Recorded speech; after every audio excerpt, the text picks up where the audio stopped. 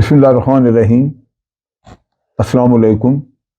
آپ دیکھ رہے ہیں ڈی ڈی پی انالیٹیکا۔ آج ایک بہت ہی افسوسناک واقعہ ہوا اسلام آباد I-10 میں،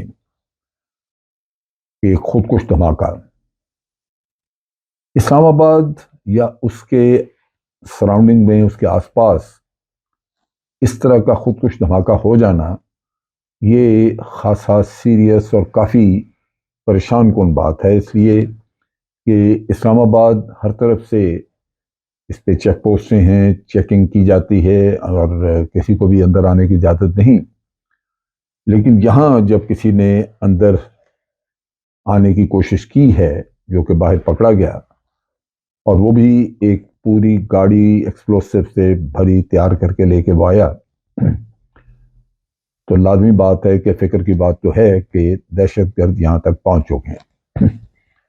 ایک وقت تھا کہ دہشت گردی مکمل طور پہ ختم ہو چکی تھی، لیکن آہستہ آہستہ پھر دہشت گردی بڑھنی شروع ہو گئی۔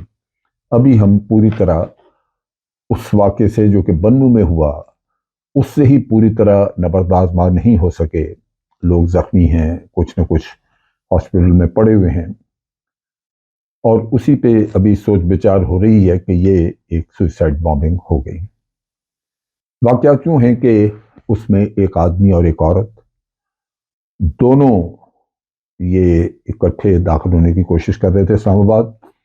پولیس نے مشکوک گاڑی دیکھتے ہوئے ان کو چیک کیا، دونوں لوگ گاڑی سے باہر اترے، اور اس کے بعد کسی بہانے سے آدمی جو تھا وہ اندر گاڑی کے اندر گیا، اور وہاں جا کے اس نے ایکسپلوڈ کر دیا، جس میں وہ عورت بھی اور یہ آدمی بھی، کیونکہ گاڑی کے ساتھ ہی کھڑے تھے، یہ مارے گئے۔ اور پولیس آفیسر ہیڈ کانسٹیبل وہ بھی جو چیک کر رہے تھے، وہ بھی ساتھ ہی شہید ہو گئے۔ اللہ تعالیٰ ان کی شہادت قبول کرے، کیونکہ اس چیکنگ نے ہی اسلام آباد کو کسی بہت بڑے واقعے سے بچا لیا۔ اگر پولیس کے لوگ مستعد نہ ہوتے، وہاں چیکنگ نہ کرتے، تو خطرہ اس بات کا تھا کہ گاڑی اندر آ جاتی اور پھر کسی ایسی جگہ پہنچ جاتی جہاں پہ وہ نشانے پہ بنانا چاہ رہی تھی کسی بڑے ٹارگٹ کو۔ اس سے زیادہ نقصان ہو سکتا تھا۔ بہرحال 6 لوگ زخمی ہیں، ہاسپٹل میں داخل ہیں۔ گاڑی کے بارے میں جو چیکنگ کی گئی، پتہ چلا کہ یہ چکوال میں رجسٹرڈ ہے۔ اس کا مطلب ہے کہ چکوال میں گاڑی وہاں سے کسی نے بیچی، کسی نے خریدی، اور پھر اس کام کے لیے استعمال ہوئی۔ اب چیز یہ ہے کہ یہ دہشت گردی کے بڑھتے ہوئے واقعات درمیان میں کافی وقفہ ہوا، جس کی وجہ سے ہمارا پورا میکنزم جو ہے وہ ایک طرح سے ڈھیلا پڑ چکا تھا، اور لگتا تھا کہ اب ٹیررزم کے بارے میں فکر کرنے کی کوئی ضرورت نہیں ہے۔ لیکن چونکہ یہ ٹیررزم پھر واپس آ رہا ہے، تو ضرورت اس بات کی ہے کہ فوری طور پہ نیکٹا اور اس کے ایلائڈ جتنے بھی محکمے ہیں، جیسے انٹیلیجنس کلیکشن وغیرہ کے لیے ایک سینٹرل مرکز بنایا تھا، ان سب کو ایکٹیویٹ کرنے کی ضرورت ہے، اور اس سچویشن کو بڑا سیریسلی لے کے اس کے بارے میں اپنی پلاننگ کرنے کی ضرورت ہوگی۔ ہمیں یہ ذہن میں رکھنا چاہیے کہ دہشت گرد جو ہے، یا دہشت گردی جب پنپتی ہے، تو اس میں 2 ہی عوامل ہوتے ہیں۔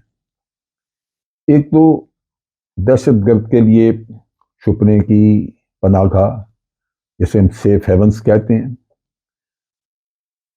اور اس کے ساتھ ساتھ پیسہ مہیا کرنا، خود کو چیک دینی، یہ فیسیلیٹیٹرز کا کام ہے، یہ کہاں پہ ہیں۔ اور پھر پیسہ باہر سے جو لگتا ہے، جیسے ٹی ٹی پی نے اس واقعے کو اون کیا ہے، انہوں نے اس کی ذمہ داری قبول کی ہے۔ ہمیں سب کو پتہ ہے کہ ٹی ٹی پی افغانستان سے آپریٹ کرتی ہے، سو ان کی سیف ہیون جو ہے وہ افغانستان میں ہے۔ اب وہ 2,500-3 ہزار لوگوں کو پال رہے ہیں، 2,000 ہیں، 2,500 ہیں، ان کے پھیلے ہوئے ہیں، پاکستان میں ہیں۔ پاکستان میں پھر کوئی نہ کوئی سہولت کار ہے جو اس کو سیف ہیون مہیا کرتا ہے۔ اب یہ اگر آدمی چکوال سے چلا ہے، کیونکہ راولپنڈی کے رستے یہ داخل ہوا ہے اسلام آباد میں، تو کہیں سے بھی آیا ہے تو رستے میں کہیں اس نے پناہ لی ہے کسی کے پاس، کیونکہ یہ خود کو جیکٹ لے کے تو وہاں سے نہیں چلتے.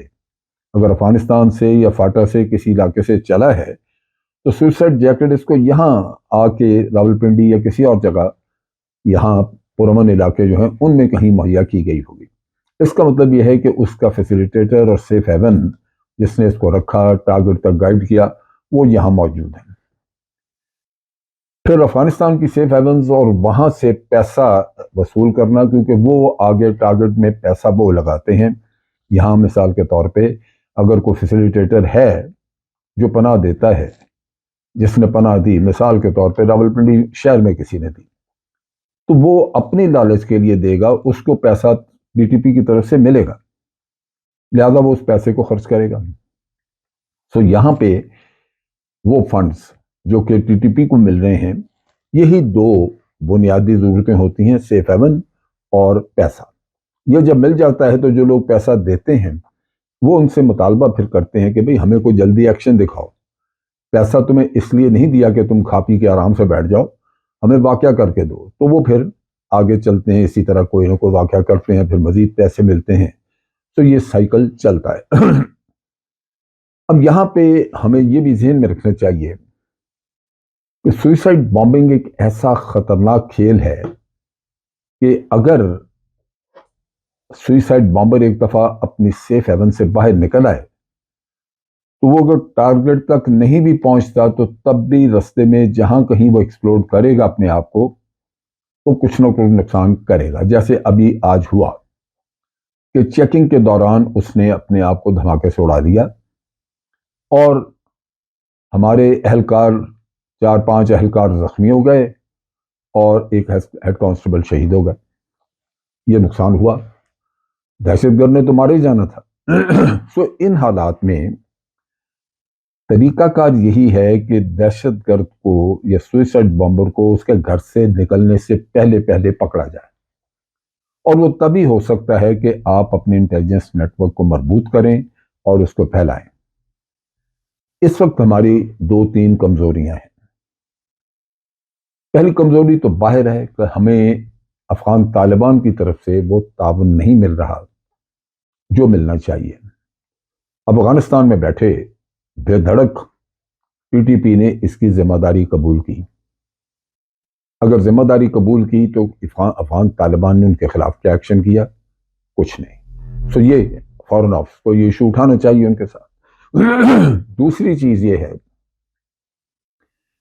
کہ لوکل یہاں پہ جو فیسیلیٹیٹرز ہیں وہ، یا یہ جس طرح گاڑی کسی نے بیچی، کسی نے مکان کرائے پہ دیا کسی دہشت گرد کو ٹھہرانے کے لیے، یہ چیزیں تب چیک ہوتی ہیں اگر آپ کے ادارے اور آپ کی حکومتیں ان کا فوکس درست ہو. جو حکومت وقت ہے اس وقت یہاں پہ، اس کا فوکس ہے اس وقت ٹوٹلی سیاسی معاملات پہ، جہاں وہ ملک کے اندر ایک انتشار پیدا کر کے اور عمران خان کی حکومت کو گرانا چاہتے ہیں یا اس کو سیاست سے باہر کرنا چاہتے ہیں. دوسری طرف عمران خان ہے، پی ٹی آئی کی گورنمنٹ ہے یا اس کے ساتھ پی ایم ایل کیو ہے، یہ وہ ہیں جو جنگ لڑ رہے ہیں دفاعی، کہ وہ اپنی حکومت کو بچانے کے لیے ان کی ساری توجہ فوکس اس طرف ہے. درمیان میں لا انفورسمنٹ کے ادارے ہیں، پولیس وغیرہ، تو وہ جو چیک پوسٹیں ہیں وہاں تو ہیں، لیکن مختلف علاقوں میں جیسے مخبر ہوتے ہیں یہ کام، وہ غالباً پیچھے رہ گیا، کیونکہ ان کا فوکس بھی اپنے سیاسی آقاؤں کو مطمئن کرنا، خوش کرنا، وہ رہ گیا.